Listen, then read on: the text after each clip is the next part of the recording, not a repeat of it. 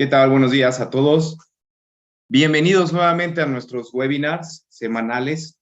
Tengo el agrado de saludarlos. Soy el contador público certificado Rodrigo Palacios. Siempre un gusto estar con ustedes en estas pláticas que preparamos con temas relevantes en la materia de prevención del lavado de dinero. Y hoy no podríamos decir que es un tema menor. Hoy tenemos que levantar la mano como colegas, como auditores, respecto al tema de la calidad de los informes, el actuar de los auditores, la estructura de las firmas auditoras, qué es lo que debe de contar una firma de auditoría y además cuál es el rumbo que debemos de tomar en adelante.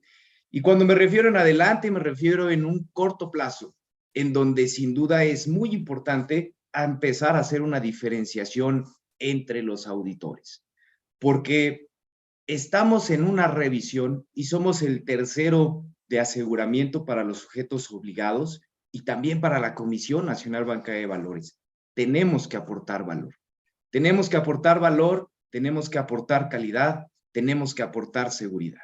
Y para que esto se logre, vamos a fundamentarnos en algo básico, la ética. La ética como auditor que tiene principios fundamentales, vamos a ver algunas referencias, y vamos a ver unos antecedentes, porque tenemos que prepararnos, porque ha llegado el momento de librarse de más tragedias. Más tragedias que los sujetos obligados viven todos los días. Estas vamos a verlas a través de los antecedentes. ¿Por qué es el momento? Porque tenemos que empezar a implementar controles internos, a elaborar y a desarrollar estructuras importantes dentro de las firmas para evitar estas tragedias. No quiere decir que el día de mañana ya no va a haber más tragedias o más escándalos sobre los bancos, sobre las instituciones financieras, sobre casos en investigación. Lo que me estoy refiriendo es que no nos tienen que arrastrar los sujetos obligados a tener esos impactos como auditores. Y entonces hablemos de los antecedentes en el mundo. Las catástrofes siguen sucediendo por multas millonarias. Ya veíamos un caso, JP Morgan y HSBC hace un par de años, en donde sí, la noticia pública difundió cientos de millones de dólares de sanciones derivado de incumplimientos en procedimientos específicos de lavado de dinero, que deberían de haber tenido bien calibrados y que no las tienen. Entonces, ¿qué pasó con el auditor? ¿Qué pasó cuando van, revisan que estén en cumplimiento con las disposiciones? ¿Dónde se le anticipó a las autoridades que eso estaba sucediendo? ¿Fue un auditor que aportó valor o no fue un auditor que aportó valor? Cuando un banco como Silicon Valley Bank lleva a un colapso, habla de una mala gestión. Y la gestión, cuando hablamos de gestión, hablamos desde las altas cabezas. ¿Y qué pasa con las altas cabezas? ¿Qué pasa con ese gobierno corporativo, con los presidentes de los comités, con los consejeros independientes? ¿Qué pasa con la selección del auditor? ¿Qué pasa con la evaluación al auditor? ¿Sucede, no sucede? ¿Estaba coludido o no? ¿Por qué no se mencionaba que tenía problemas este banco? Y de la noche a la mañana anuncia un impacto financiero en dicho país. Es importantísimo ver y saber leer noticias entre líneas. La que más se apega a nuestro tema el día de hoy es la que anunció Alemania, donde menciona que a EY, una de las Big Four, lo sancionan las autoridades para no poder auditar empresas que cotizan en bolsa por 2 años. Esa es una sanción disuasiva importante. Pero los organismos que se establecen este tipo de sanciones en Alemania, así como en otros países, se tienen que apegar a unos requisitos de buen actuar del interés público de las firmas auditoras. Y resulta que este órgano ya existe desde hace algunos años para las firmas auditoras que van y revisan a empresas que cotizan en bolsa. Y vamos a ver un poquito de la historia de ese tipo de organismo y vamos a ver la necesidad entonces de ir mejorando. Dicen que para mejorar el mundo hay que empezar en casa. Hay que irlo mejorando en casa. Y hay que buscar un registro, al menos en México, como firmas auditoras. Y ese registro que exista un órgano que nos audite a los auditores, porque hoy en día no hay competencia leal y en las igualdad de circunstancias de infraestructura, tecnologías, seguridad, confidencialidad. Y dejemos ahí entonces el tema técnico. Vayámonos a los principios fundamentales de la ética. ¿Qué tan objetivos somos como auditores? ¿Qué tan íntegros somos como auditores? ¿Cuál es la debida diligencia y comportamiento profesional que debemos de tener? ¿Cuál es la confidencialidad que le garantizamos al cliente y al usuario de la información en nuestro trabajo? ¿Sí? ¿Y cuál es el comportamiento profesional que debemos de tener? Y todo eso nos conlleva varias estructuras que hoy en día no se están cubriendo con solamente los lineamientos de la Comisión Nacional Bancaria de Valores, que si bien los vamos a platicar, vamos a entenderlos brevemente, vamos a cuestionarle a la Comisión, y es un llamado a la Comisión Nacional Bancaria de Valores, de que haya algo más que hacer, porque no es posible que haya auditorías que arrojen informes de 3 hojas o que haya auditores que cobren 10,000 pesos un informe en materia penal. Necesitamos hacer una diferenciación porque somos los profesionales adecuados para poder empezar a crear mayor seguridad y mayor calidad en nuestro actuar. En México no cerremos los ojos. Como auditores también no hagamos la ceguera intencional. Resulta que hay casos muy concretos, públicos, que por eso me atrevo a ponerlos aquí porque son casos públicos. El caso FICREA, en donde un fraude contra miles de ahorradores en México, donde la UIF detecta lavado de dinero y va a investigar a 34 personas en una SOFIPO. Y podemos irnos la hora completa mencionando casos y noticias. Para ello, les agradezco a todos ustedes que tienen acceso. Y si no, por favor, mándenme un correo, porque cada semana también enviamos un boletín con las noticias internacionales y las noticias nacionales de todo esto. Y nos podríamos llevar más de la hora platicando de los casos y casos y casos que se siguen escuchando. Y estos antecedentes me queda claro que entonces la situación en México y en el mundo no va a desaparecer, porque no podemos tapar el sol con un dedo. Las organizaciones criminales siguen operando aquí y en China, y seguirán operando y seguirán creando nuevas y mejores condiciones para los criminales, para que no se den cuenta los sujetos obligados. Pero entonces los sujetos obligados les toca incorporar nuevas metodologías, calibrar su enfoque basado en riesgo, ser conscientes de un análisis de riesgo adecuado, pero también mirar cómo seleccionar al auditor y que sí tenga una estructura suficiente que le va a aportar seguridad, porque ese es el trabajo que vendemos, auditores, colegas. Vendemos aseguramiento. Somos el tercero de confianza para la comisión y el tercero de confianza para el sujeto obligado. No es que nos esté comprando el sujeto obligado y que tengamos que hacer lo que nos dice el sujeto obligado. Tenemos que decirle dónde está expuesto y dónde tiene que mejorar, porque la innovación de cómo operan las organizaciones criminales está constantemente a la vanguardia. Y los sujetos obligados y el auditor tenemos que estar a la vanguardia. Y eso requiere mucha estructura, eso requiere mucha capacitación, eso requiere atender puntos de la ética para poderlo estar cumpliendo. 62,000 millones de dólares nos dice un organismo internacional que se llama Global Financial Integrity, exclusivamente enfocado a hacer análisis de esta materia. 62,000 millones de dólares que se lavan, que vienen de recursos ilícitos en México. Y la noticia explica que conlleva muchos dineros de varios países, no solamente es en México, y que vienen los dineros de Estados Unidos, y que vienen los dineros de Canadá, y que vienen los dineros de China, y que también involucran países de Centroamérica como Panamá, también más abajo, Perú, y ya hace una lista muy puntual. Para eso son las noticias. Los sujetos obligados se tienen que revisar y ver si tienen operaciones con esos países, si están expuestos. Ese es el análisis de los riesgos.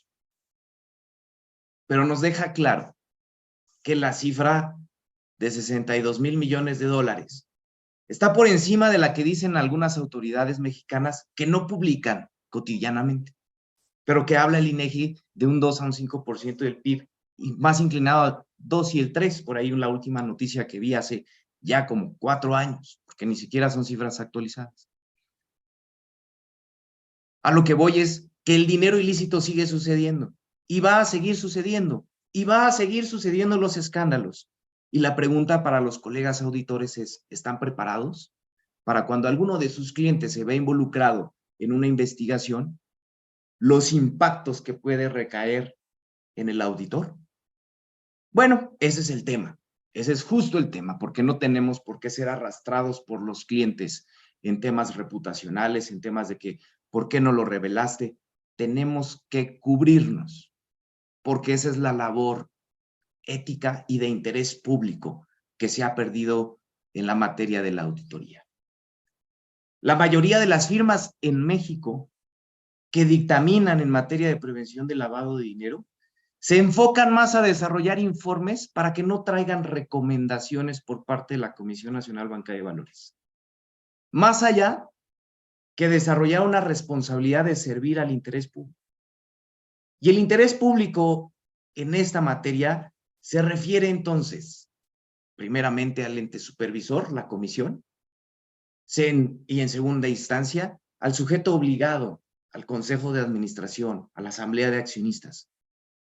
Esos son los usuarios de nuestra información. El oficial de cumplimiento, si bien es a quien evaluamos y es a quien es el contacto, su perfil es de oficial de cumplimiento. Y con todo el respeto que me merecen, es un perfil distinto al del auditor.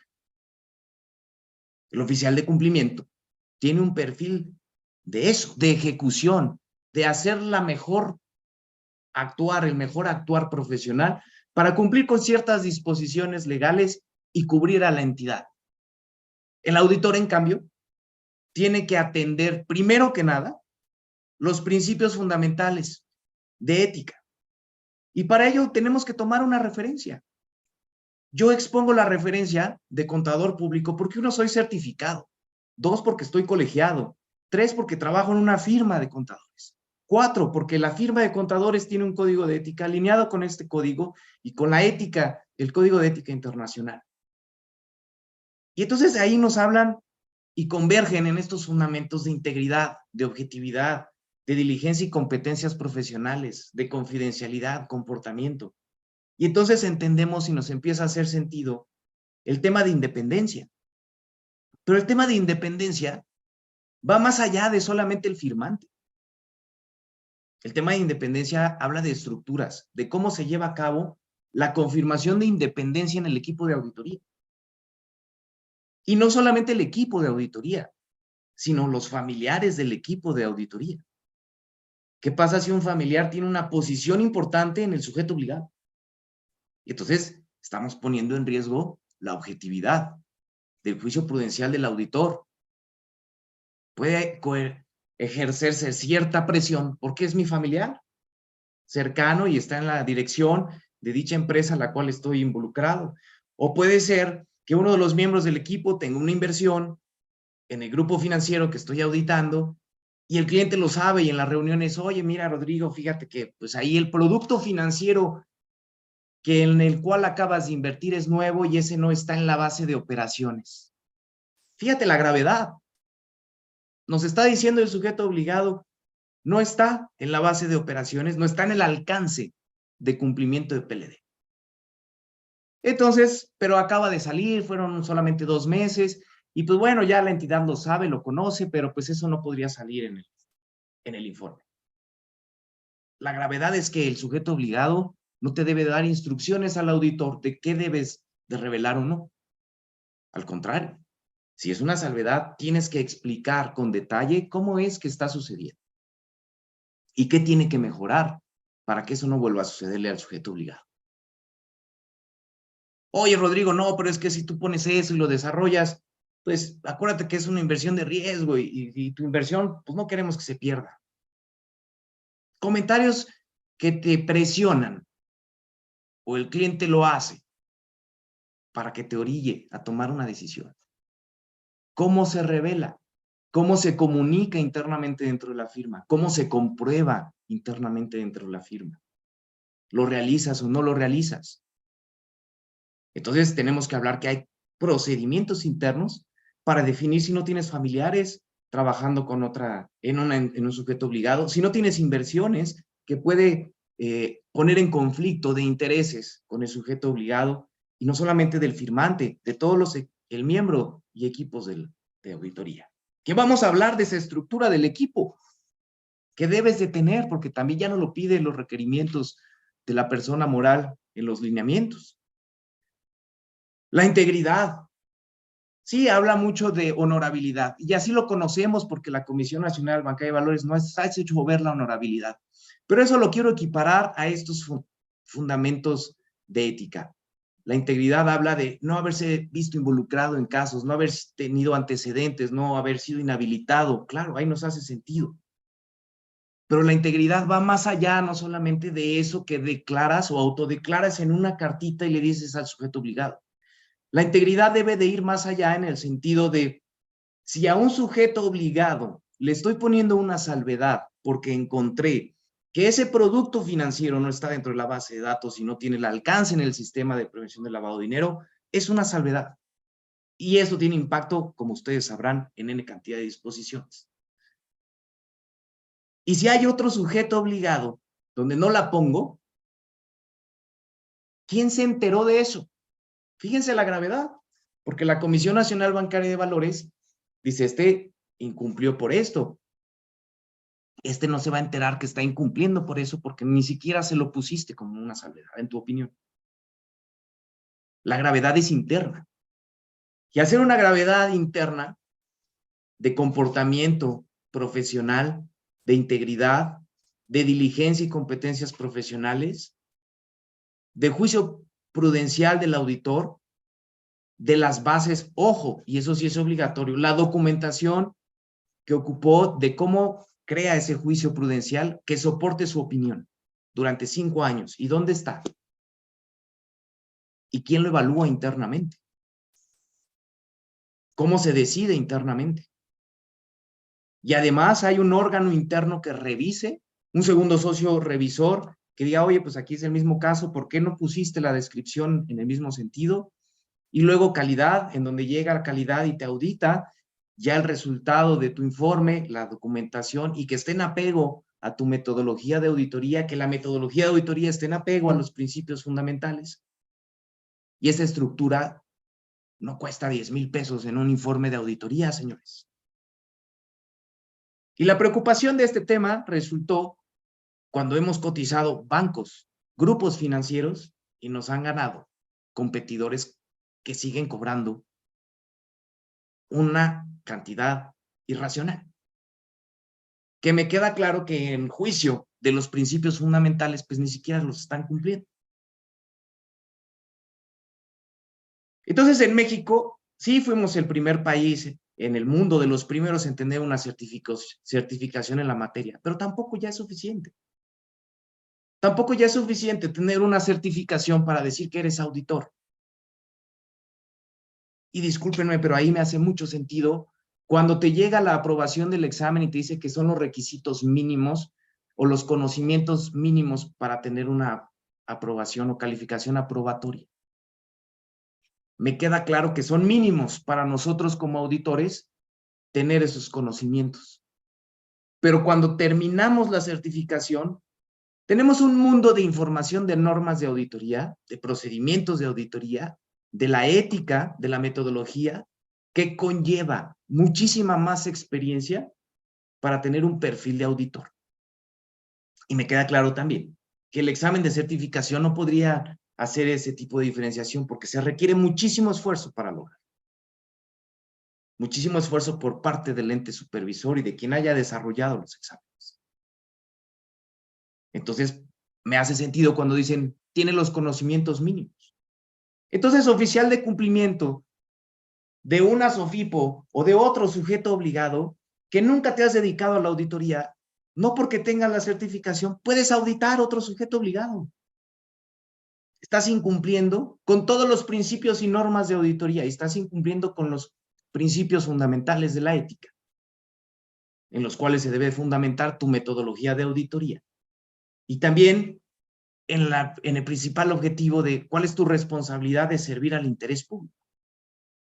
Seguramente tienes conflictos de interés, seguramente no estás siendo íntegro, seguramente tu juicio no es objetivo, seguramente no tienes la diligencia ni la competencia profesional para aplicar un procedimiento distinto a un sujeto con alto riesgo de acuerdo a una buena planeación de auditoría, en donde no es lo mismo, evidentemente, auditar un banco internacional que auditar una SOFOM con 2 productos financieros. En donde la confidencialidad, ojo, le dices al cliente que su información está totalmente expuesta. Porque la infraestructura de tener ciberseguridad, de tener tecnologías detrás, de tener una codificación y que vaya encriptada la información, y tener un cuestionario que muchas empresas grandes te revisan como proveedor de servicios y te empiezan a hacer todos miles de cuestionarios, y que además tienes que subir las pruebas y que además tienes que pagar para que un tercero también te evalúe si tienes la capacidad o no. Ok, pero ¿qué pasa cuando hay un grupo financiero que no tiene ese proceso y entraste como auditor y no tienes toda esa estructura? Estás poniendo un riesgo muy grande en tus zapatos, señor auditor. El comportamiento profesional, entonces, habla estos principios que los auditores necesitamos un registro. Pero no es el registro de los bancos, no es la política de los bancos que ya tienen su lista de los despachos acreditados para auditar. Eso seguramente salió con ciertos requisitos, ciertos criterios del banco de acuerdo a su política y apetito de riesgo del banco. Y el primero que inició seguramente puso ciertos criterios, y el segundo a lo mejor tomó algo similar, el tercero, pero ya después se volvió una lista en donde cualquiera puede estar.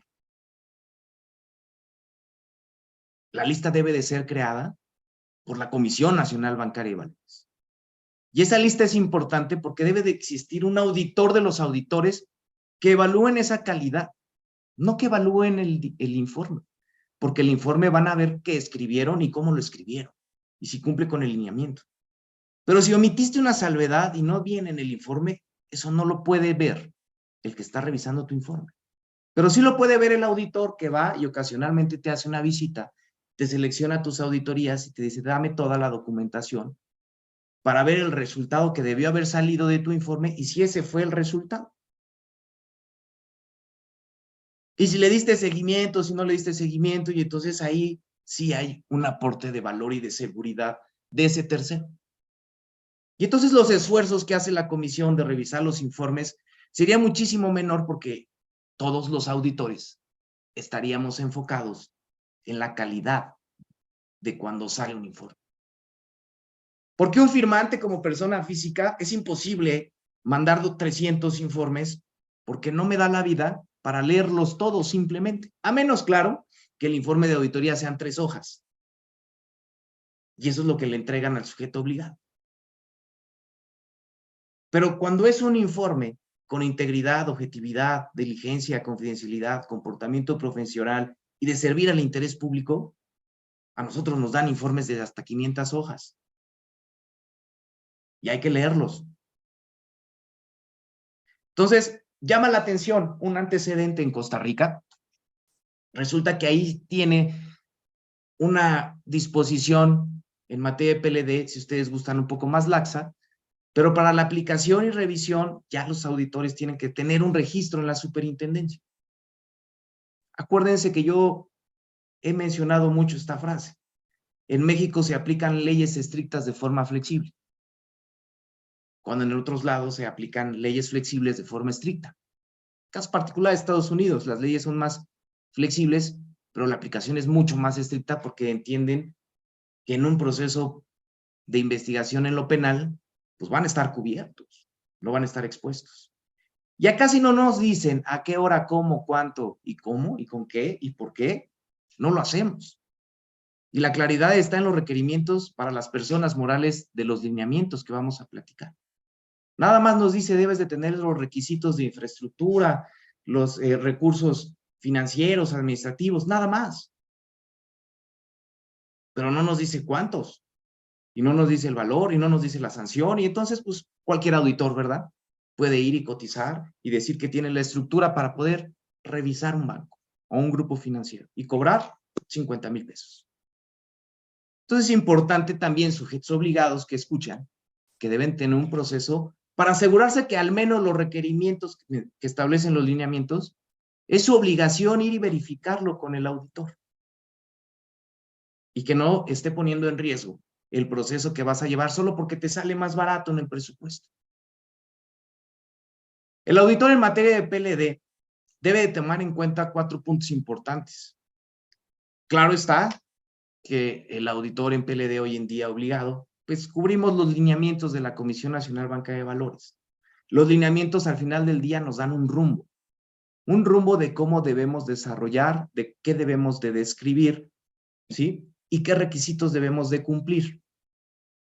Sin embargo, hay una frase muy importante que dice, el auditor no debe de considerar estos lineamientos como una limitante para su actuar.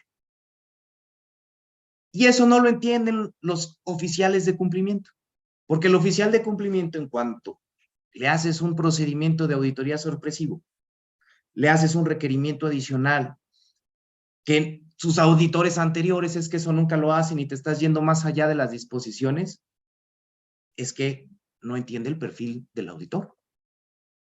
El auditor se tiene que cubrir y en su juicio prudencial tiene que desarrollar procedimientos en su metodología de acuerdo al riesgo que está viendo en el sujeto obligado y no con afán de señalar al cliente, es con el afán de cubrir al cliente, aportarle valor en su plan de acción y sugerencias y claro está en fundamentar la opinión con buena calidad y todos los principios fundamentales en la opinión del auditor.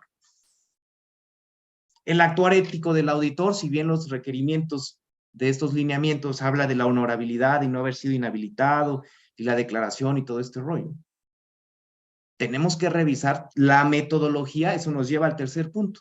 La metodología de la auditoría, cómo está conformada dentro de la organización, a modo de que exista una jerarquía clara de ejecución, revisión, autorización, aprobación, segundo socio revisor, la calidad del informe, la ciberseguridad, dónde se resguarda la información, y entonces haga un match con los principios fundamentales de la ética. De otra manera va a ser muy complicado cerciorarnos que la firma tiene la capacidad de hacerlo. Y eso hablamos entonces que nos conlleva al cuarto punto, una estructura interna suficiente, donde los requerimientos también nos dice, oye, debes de tenerlo. Pero les queda claro que para poderlo cumplir es, si hablamos de debida diligencia como un principio fundamental, o la diligencia y comportamiento profesional que se llama, necesariamente tenemos que tener estructura. De recursos humanos, nos menciona hasta administrativos. Claro está que facturarle a 200, 300 clientes es una labor administrativa importante.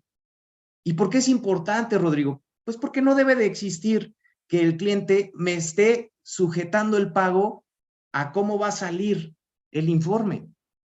Y esos procesos administrativos tienen que quedar claros con el cliente, decirle, oye, si a tal fecha te emito la factura previo al envío del informe y se presenta el informe. No es al revés, porque eso, de acuerdo a los principios fundamentales de ética, pone en riesgo la integridad, el comportamiento y actuar del auditor.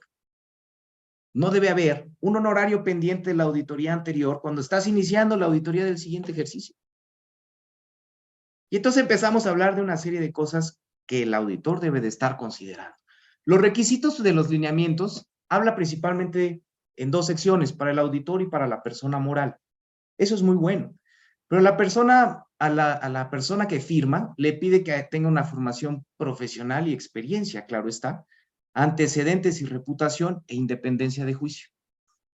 Y para la persona moral, pide independencia mental y de apariencia. ¿Por qué mental y de apariencia?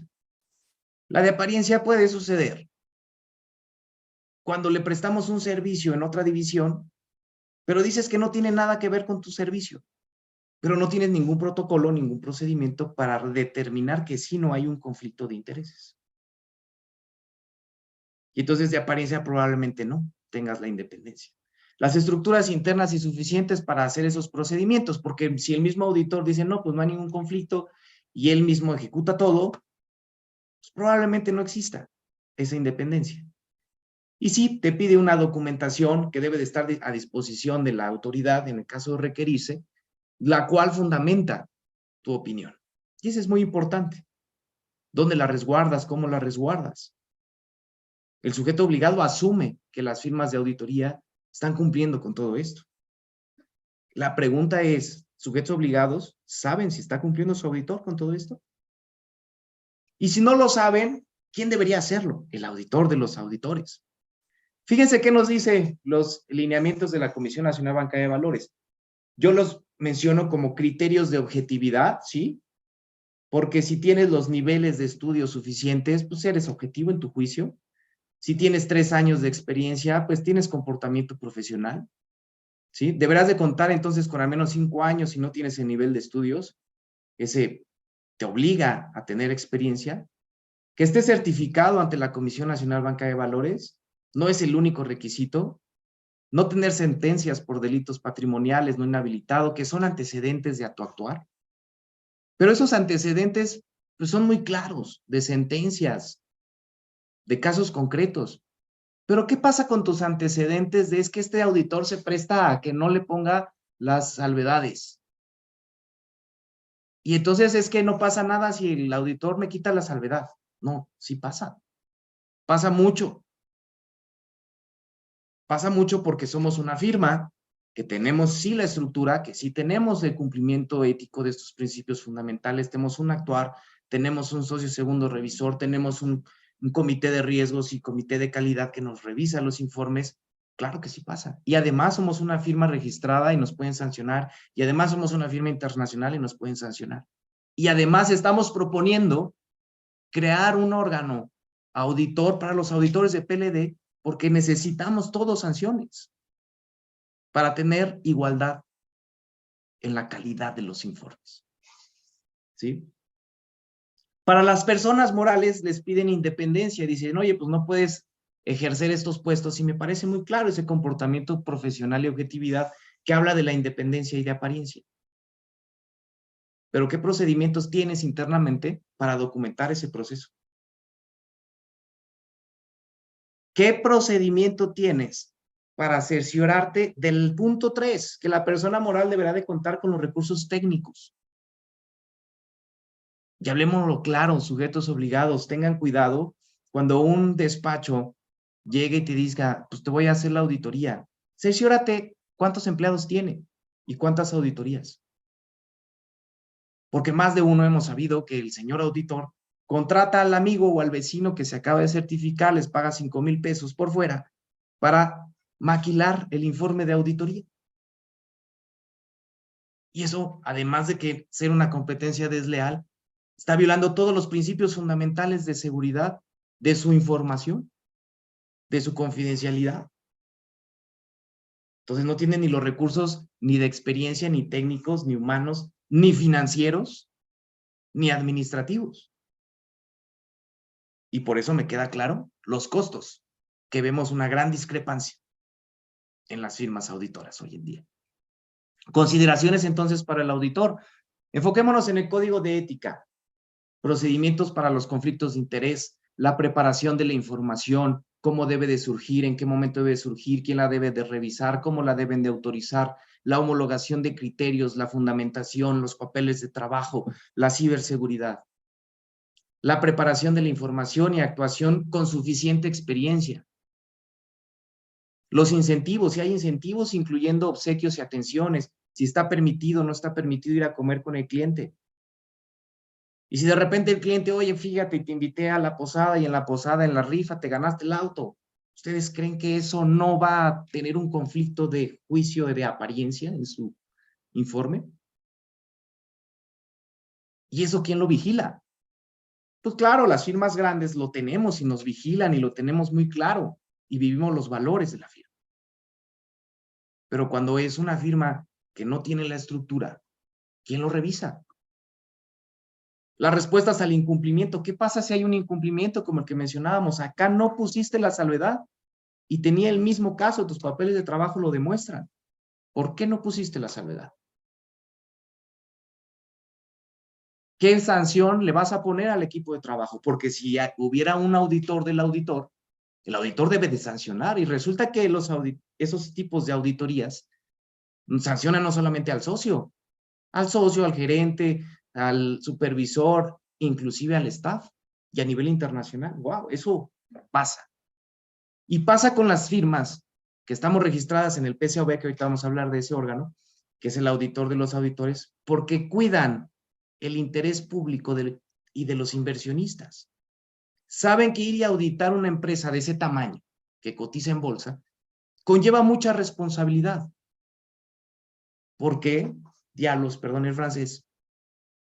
No entendemos que auditar en materia penal conlleva mucha responsabilidad también y no atendemos los principios fundamentales. Crear una metodología con una diligencia y técnicas de auditoría. Las técnicas de auditoría, señores oficiales de cumplimiento, conllevan técnicas que con experiencia aprendes. Y esta es la observación, la indagación, los cálculos, la confirmación. ¿Cuáles aplicas? ¿Cómo aplicas? Algunos son procedimientos irrefutables, otros son procedimientos sorpresivos y todo conlleva una planeación de auditoría. Y eso no lo dicen los lineamientos. Te lo refiere que lo debes de describir y tiene que haber un resultado respecto a ello. Pero ¿cómo lo diseñas? Nadie va y lo revisa. Entonces no sabes si te están revisando bien. Hay que tener un auditor de los auditores para esto. La diligencia y las normas de auditoría aplicables, cuáles aplican, cómo aplican, qué debes de aplicar como auditor, porque la formación eres de auditor, atestiguamiento. Mantener ese conocimiento requiere entonces la capacitación. Yo no puedo ir con el sujeto obligado y decirle, oye, mira tu EBR, y uno de los mitigantes más importantes es la capacitación y aquí está la guía de la comisión y 40 horas. ¿Y tú cuántas tomas, Rodrigo? ¿Y tu equipo de trabajo cuántas horas toma? ¿Y qué procedimientos y qué políticas de capacitación tienes para mantener ese conocimiento y habilidades profesionales? Y no solamente es conocimiento de certificación, insisto, el auditor requiere habilidades de tecnologías de la información, requiere habilidades de administración y gestión de riesgos, requiere de auditoría, requiere de redacción, requiere muchas habilidades que se salen de un perfil de oficial de cumplimiento y de la formación de un oficial de cumplimiento. La responsabilidad es al servir del interés público. ¿Cómo está definida tu información? Y ese está en el resultado. ¿Pongo o no pongo la salvedad y cómo la pongo? ¿Cómo ejercen control los sujetos obligados al auditor?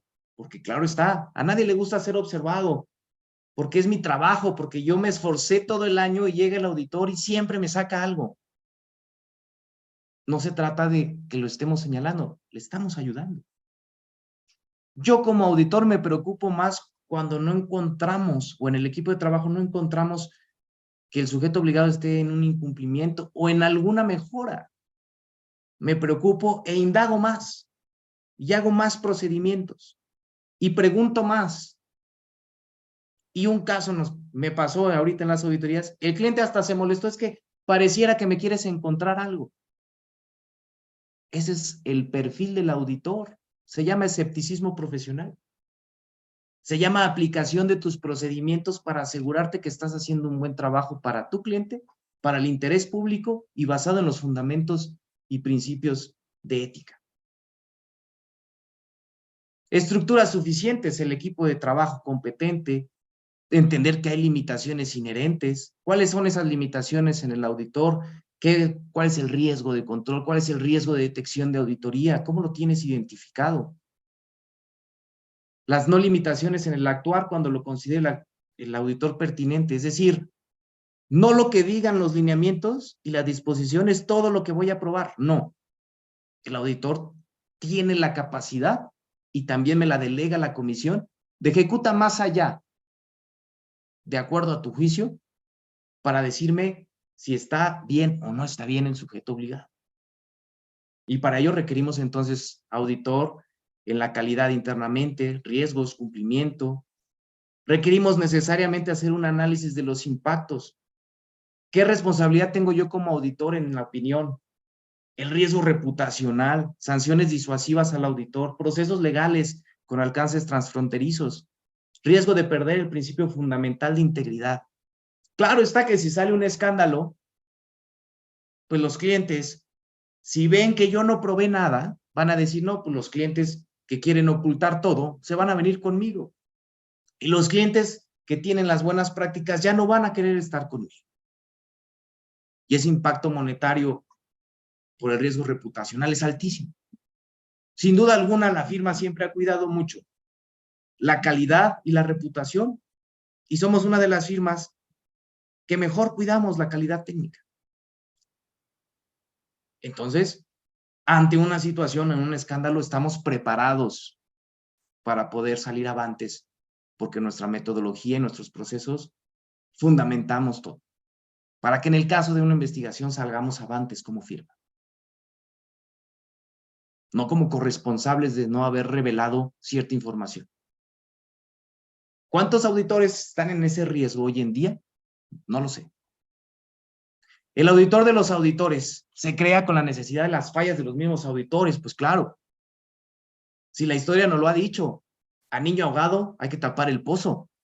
En Estados Unidos pasó muchas veces, a tal punto que vino un crack del 29, ya pues crearon al auditor. Y luego crearon al auditor y también se coludió con las altas direcciones, y ya en una época contemporánea, por ahí del 2002, el famoso enronazo, y una firma internacional, la principal en el mundo, desaparece, y la empresa que valía más en la bolsa de Estados Unidos quiebra.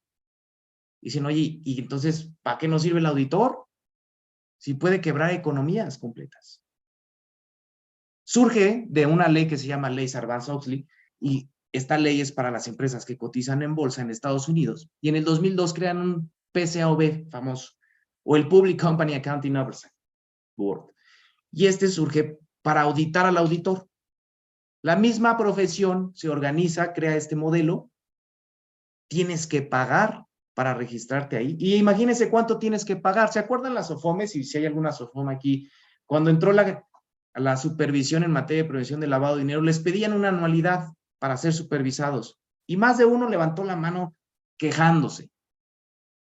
Hoy en día, uno de los sectores más rigurosos y con mejor cultura de cumplimiento son las SOFOMES. Es un aplauso. Resulta que les benefició, les hizo una diferenciación en su cumplimiento. Justamente acá, el PCAOB les dice a las firmas, oye, ¿quieres auditar empresas que cotizan en bolsa? Adelante, pero requieres todos estos requisitos, y además pagarme de acuerdo y en proporción a los ingresos que recibas de esos clientes grandotes. Es decir, todos pagan en función de cuánto están abarcando del pastel. Y entonces ahí sí me queda claro que la segmentación es importante, porque no un despacho va a poner en riesgo la opinión en una empresa que cotiza en bolsa, y porque el mundo entiende el interés público de la información de una empresa de ese tamaño, se requiere una estructura importante en la firma. Cuando pensamos en el sistema financiero, me queda claro que al menos entonces las empresas que tienen una regulación prudencial, como bancos, casas de cambio, casas de bolsa, SUFIPOS, SUCAPS, etcétera, que tienen regulación prudencial, debería tener una diferenciación para sus auditores.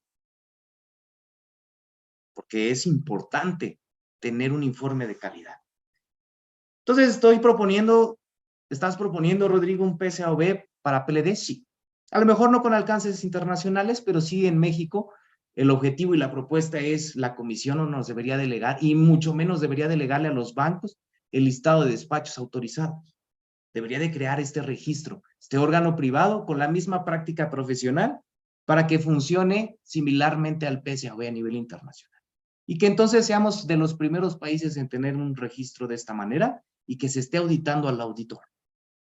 Se realice una supervisión y se establezcan sanciones disuasivas importantes, con independencia. Y aquellos que formen parte de este nuevo órgano, evidentemente no podrán hacer auditorías, porque así sucedió con el PCAOB. Socios de las grandes firmas tenían que renunciar a sus trabajos para ser auditores exclusivamente de los auditores, porque todos los aspectos fundamentales de ética tienen que estar en cumplimiento en este órgano. Este es el llamamiento importante en el que aportaremos muchísimo valor si todos los colegas estamos en ese frente, para poder realizar y regresar a las arcas del buen camino como el auditor, tener lista registrada, ser preventivos, calidad en los informes, tener estructura suficiente, una segmentación adecuada de quién sí puede auditar un grupo financiero y quién no, la eficacia en supervisión, valor en los informes, servir al interés público, las auditorías al auditor, las sanciones que sean necesarias y que sea una entidad privada independiente. Este es el auditor de los auditores que necesitamos en México para regresarlos al buen andar. Para tener estas necesidades y hacer este llamamiento, pues ponemos unos ejemplos. No contar con estructuras suficientes. Imagínense, oye, el auditor subcontrata para realizar la auditoría. El juicio prudencial seguramente es mal aplicado. Ni siquiera hay un modelo, un método cuando subcontratas, porque si contratas a Pedrito, a Juanito y a Lupita, que trabajan en diferentes lugares, a lo mejor ni siquiera en firmas, son oficiales de cumplimiento y arman un Frankenstein de informe. Y entonces él tiene opinión, no, para mí no es salvedad, y para el otro no, pues para mí sí. Y el criterio, oye, es mayormente cumple o parcialmente cumple, pues eso ya ni preguntemos si lo tienen definido o no. Entonces hay un riesgo de integridad importante. Información omisa, insuficiente, falsa, engañosa e irresponsable. Todos los riesgos de integridad, que esos no se ven de acuerdo a la revisión de tu informe de auditoría por la bancaria, ¿verdad? Eso lo debería ver a través de una auditoría al auditor. No se cumple tampoco la diligencia y competencia profesional, no hay una homologación de técnicas, procedimientos de auditoría aplicados. Se requiere entonces que el auditor de los auditores verifique que hay una estructura, verifique que hay supervisión, verifique al auditor y que lo amoneste en caso de incumplimientos.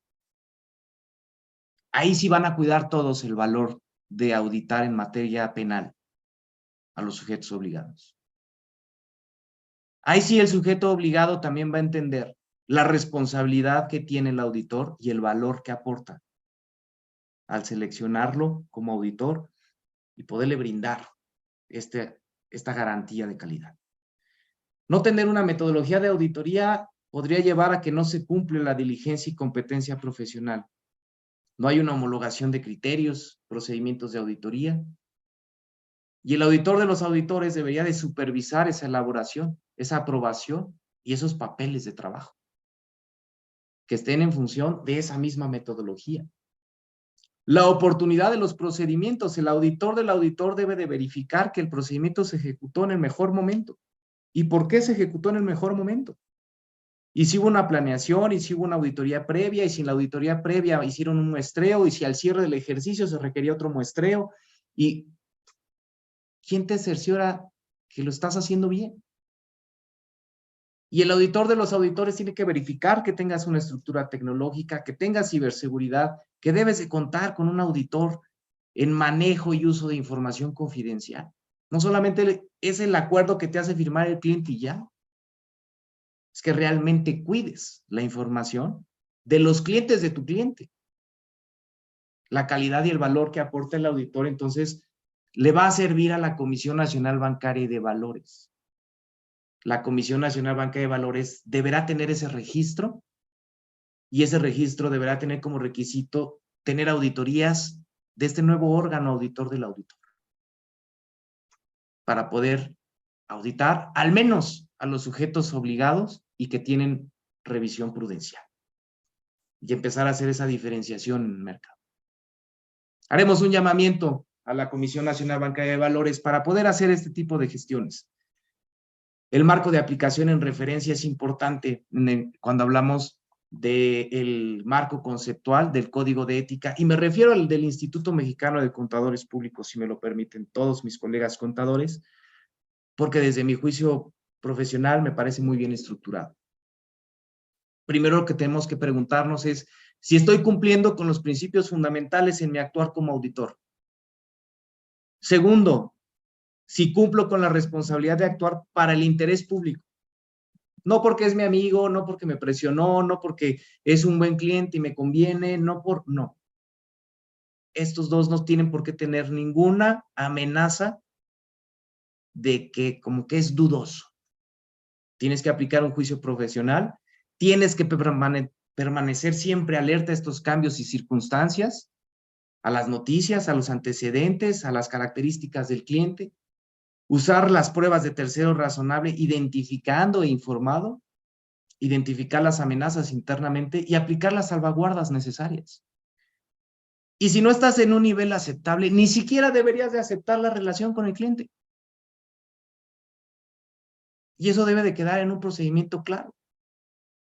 En lugar de ser una competencia desleal, ¿sí? En el mercado, debe ser una competencia profesional y ética en el mercado. Eso es lo que nos lleva la aplicación de las bases como auditores. Quiero cerrar entonces con esta frase en donde el auditor en materia de prevención del lavado de dinero y financiamiento a terrorismo debe contar con procedimientos para seleccionar a sus clientes y con registro de ser un buen auditor. Me queda claro que para ser un buen auditor es desde el inicio de relaciones con el cliente, la negociación, toda la negociación, la claridad que se le da, la transparencia, toda la estructura que le brindas a tu cliente, la ejecución del trabajo de auditoría, el resultado que es el informe de auditoría y lo que está detrás, que es la metodología, las estructuras, la estructura que habla de tecnologías, recursos financieros, humanos y administrativos, suficientes para que el informe de auditoría que entregas al interés público, supervisor, Comisión Nacional de Banca de Valores, tenga todas las características de ser íntegro, objetivo, profesional, confidencial y que aporte valor. De lo contrario, habrá que cuestionarnos cuántos de los auditores que hoy en día están operando están realizando adecuadamente un informe en materia de prevención del lavado de dinero. Muchas gracias a todos. Quiero invitarlos también a nuestro webinar, nuestros webinars semanales, la página de internet, ahí tenemos todos, aquí les dejamos la liga de eventos para que nos sigan. Yo voy a estar con ustedes nuevamente por ahí al término del mes en uno que se llama El exorcismo del auditor, justamente para platicar, oye, ¿qué pasa cuando ya un auditor está involucrado en temas complicados y cómo debe de actuar el auditor para salir de una corresponsabilidad jurídica importante? Entonces, bueno, pues ese es otro tema interesante. Esto va a quedar grabado, ahí está la liga en YouTube. Darle las gracias por su participación, como siempre. Y bueno, pues quedo a sus órdenes para cualquier comentario, duda o acercamiento. Que tengan un excelente día. Que estén muy bien. Hasta luego.